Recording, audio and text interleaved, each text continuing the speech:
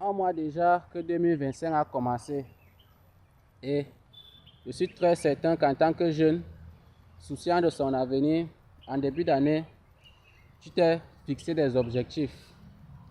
Tu t'es dit, je vais commencer par A, enchaîner avec B, terminer avec C. Si tu l'as fait, c'est déjà une bonne chose. Félicitations. Mais aujourd'hui, ce que j'aimerais que tu fasses, c'est un bilan des 30 derniers jours que tu as vécu durant ce début d'année. Et j'aimerais que tu fasses quelque chose. Ce bilan, tu dois l'examiner en profondeur et te poser la question, ces 30 derniers jours ont-ils contribué à me rapprocher de mon objectif? Tu dois te poser cette question et y répondre. Ça te permettra de voir où tu en es pour suivre ton amélioration.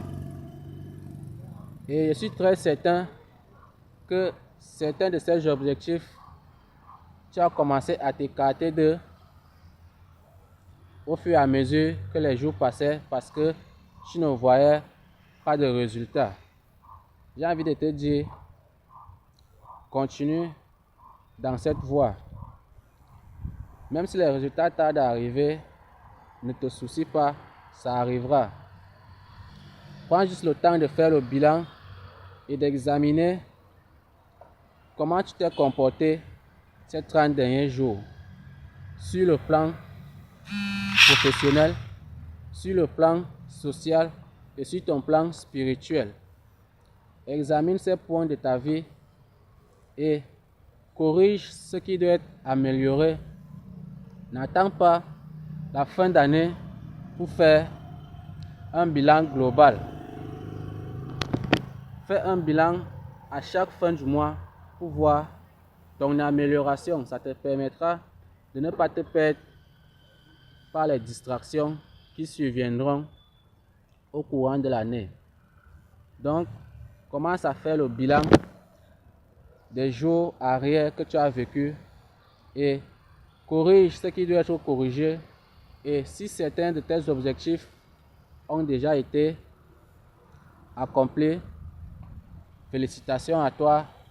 Et personnellement, j'ai dû cocher au moins 2 à 3 objectifs que je m'étais fixé cette année durant les 30 derniers jours. Et après ce bilan que tu vas faire, prends le temps, n'est-ce pas, pour les jours à venir, de faire en sorte que chaque journée doit contribuer à te rapprocher de ces objectifs. Parce qu'il y aura des distractions au courant de l'année qui vont t'éloigner de tes objectifs. Et donc, si tu fais ce bilan mensuel à chaque niveau, à chaque étape, tu auras une amélioration vraiment significative à la fin de l'année. Donc, c'était ça que je voulais partager aujourd'hui. Faire le bilan des 30 derniers jours passés qui te permettra de te projeter sur les jours à venir. Donc, partagez si le contenu vous a apporté un minimum de bien et envoyez vos commentaires. On en a vraiment besoin pour établir également notre bilan des 30 derniers jours. Sur ce, portez-vous bien, à la prochaine.